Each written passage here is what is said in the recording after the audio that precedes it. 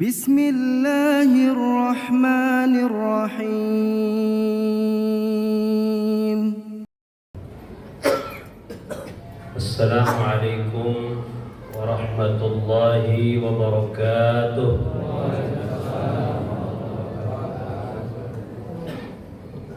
Alhamdulillahilladzi ja'ala Ramadhana syahrul mubarakah.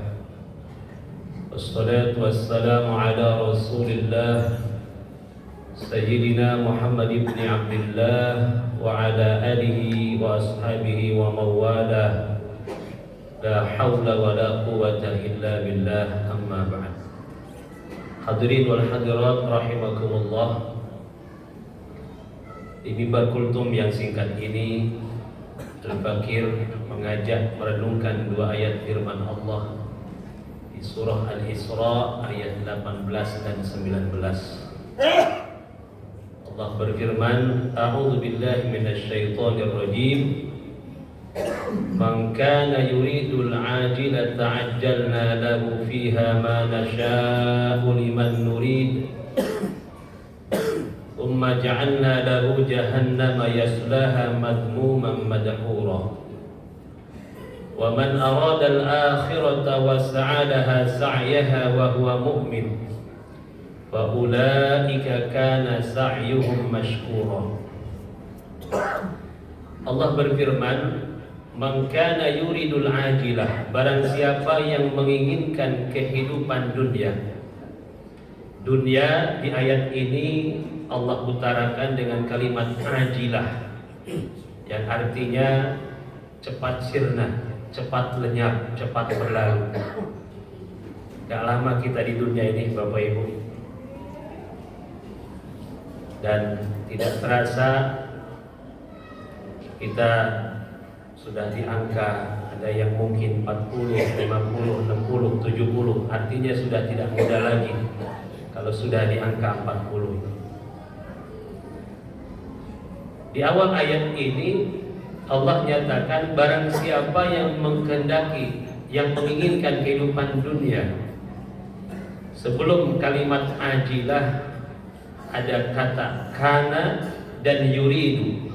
Kana itu kalimat fi'il madhi, yuridu fi'il mudhari, yang artinya masa lampau dan masa sekarang yang sedang terjadi, sifatnya istimrar, terus menerus, memiliki makna bahwa dari zaman dulu hingga sampai saat ini kita yang di zaman akhir, semua manusia itu menginginkan yang sekarang, kehidupan yang instan, yang sekarang. Walaupun kita tentunya sama-sama meyakini akhirat, ingin bahagia akhirat, tapi kebanyakan manusia pada umumnya mereka menginginkan kehidupan yang sekarang. Tapi kalau memang kita menginginkan kehidupan yang sekarang, walaupun sifatnya ajilah, cepat berlalu, ajjalna lahu fiha ma nasya', kata Allah, kami akan segerakan baginya, bagi yang kami kehendaki. Bagi orang yang hanya menghendaki dunia saja, Allah akan berikan itu dunia sesuai kehendak Allah, liman nurid, bagi orang yang dikehendaki Allah. Kalaupun kita berangkat pagi pulang petang, kalaupun kita menghalalkan segala cara untuk mendapatkannya, kalaupun kita untuk mendapatkannya sampai lupa dengan kewajiban, sekuat tenaga, kalau tidak dikehendaki oleh Allah, tidak akan mendapatkan dunia itu. Banyak Bapak Ibu sarjana ekonomi, tapi ekonominya morat-marit. Betul nggak? Ada nggak sarjana ekonomi tapi ekonominya morat-marit? Mana orangnya? Mudah-mudahan di sini ekonominya berkah semuanya. Apalagi Ramadan, berkah semuanya di Ramadan. Para pedagang banyak yang dapat berkah. Yang jualan sarung laku di Ramadan, yang jualan baju laku, yang jual lontong laku, yang jual bakwan laku, yang jual kolak laku, yang ceramah laku. Ceramah juga laku ya di Ramadan. Saya punya langganan jamaah yang biasa daftar umroh di travel saya. Itu setiap tahun sekeluarga Bapak Ibu. Dia bukan pendidikan tinggi, hanya lulus SD. Cuma dia punya usaha yang cukup berkembang, cukup laris. Dia bilang sama saya mah kalau lagi puyeng-puyeng bosan saya ke Mekah aja. Kita kalau puyeng apa? Bodrek. Ini orang kalau puyeng gampang banget umroh, tinggal berangkat, duitnya banyak. Jadi kalau Allah sudah menghendaki begitu, belum lama ada kejadian, ada pedagang es teh di tempat pengajian, ya, gara-gara digoblok-goblokin berangkat umroh sekeluarga. Dibelikan gerobak baru, diberikan kios baru, ada yang ngasih 300 juta. Akhirnya banyak pedagang es teh yang lain pengen niru, pengen ada yang goblok-goblokin. Tapi sampai sekarang gak ada yang berangkatin, digoblokin udah, berangkatinnya belum. Nah ini menunjukkan liman nuri bagi Allah, bagi orang yang dikehendaki oleh Allah. Tapi kalau kita dalam hidup ini Bapak Ibu hanya mengharapkan dunia semata, termasuk aktivitas kita nih, hamba dunia itu jangankan aktivitas duniawinya, ibadahnya aja kadang untuk dunia. Baca Quran supaya dagang lancar, rajin tahajud supaya lancar rezeki, buat dunia lagi. Kalau kita tujuannya hanya untuk dunia, dikasih sama Allah, tapi sesuai kehendak Allah dan bagi orang yang dikehendaki oleh Allah. Kemudian Allah nyatakan, summa ja'alna lahu jahannam, kami sediakan baginya neraka jahannam, yaslaha madhmuman madhura, ia memasukinya dalam keadaan terhina dan terusir, jauh dari rahmat Allah Subhanahu wa taala. Tapi lanjutan ayat berikutnya, hadirin mari kita perhatikan, wa man kana yuridul wa man aradal akhirata, dan barang siapa yang menghendaki kehidupan akhirat. Ada orang walaupun masih di dunia tapi dia berburu pahala akhirat, berburu ridha Allah. Dia sadar bahwa dunia ini sebentar. Dia sadar dunia ini bukan tempat kebahagiaan. Dunia ini bukan tempat balasan. Bagaimanapun gembiranya kita di dunia, pasti akan menemukan kesedihan. Sedihnya sementara, gembiranya sementara, susahnya sementara, senangnya sementara, mudahnya sementara, kayaknya sementara. Nggak ada yang langgeng di dunia ini. Jangan terlalu berharap banyak dengan dunia Bapak Ibu, semuanya sekedar titipan. Ulama mengatakan man talaba ma lam yukhlaq atba'a nafsahu lam yurzaq. Siapa orang yang mencari sesuatu yang tidak ada, maka dia akan kelelahan dan tidak akan bisa menemukannya. Kalau kita mencari kebahagiaan yang hakiki di dunia ini, gak bakal ketemu. Kenapa? Sebab Allah menciptakan kebahagiaan yang langgeng itu bukan di sini. Jadi wajar saja kalau sekarang kita lagi senang, besok susah, sekarang sedih, besok gembira, sekarang gembira, besok sedih. Yang penting selalu kita imbangi, kalau dapat nikmat kita bersyukur, kalau lagi susah kita bersabar, supaya semuanya menjadi kebaikan dan bekal akhirat.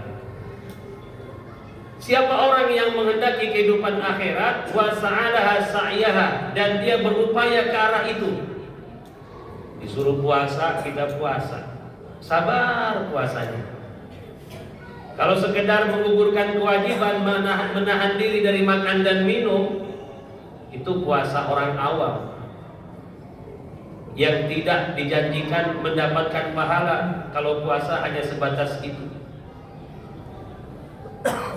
Pahala yang dijanjikan yaitu bagi orang yang berpuasa setidaknya di tingkatan puasa khusus, Dia bukan hanya mengendalikan diri dari makan dan minum dan berhubungan suami istri, tapi juga dia jaga anggota tubuhnya, pendengarannya, penglihatannya, hatinya, tangannya, kakinya, dari segala hal-hal yang mengandung dosa. Itu puasa yang nanti insya Allah kita mendapatkan pahala atau ridho dari Allah Subhanahu Wa Taala. Suruh sholat, kita taat Bapak Ibu, sabar. Seperti kita tadi siang, walaupun kering tenggorokan kita, walaupun lapar, tapi kita meyakini bahwa ada saatnya nanti kumandang azan, ada saatnya berbuka. Begitu juga kita hidup di dunia ini. Saat ini mungkin kita ada yang diuji dengan perintah, dengan larangan, dengan penyakit, dengan musibah.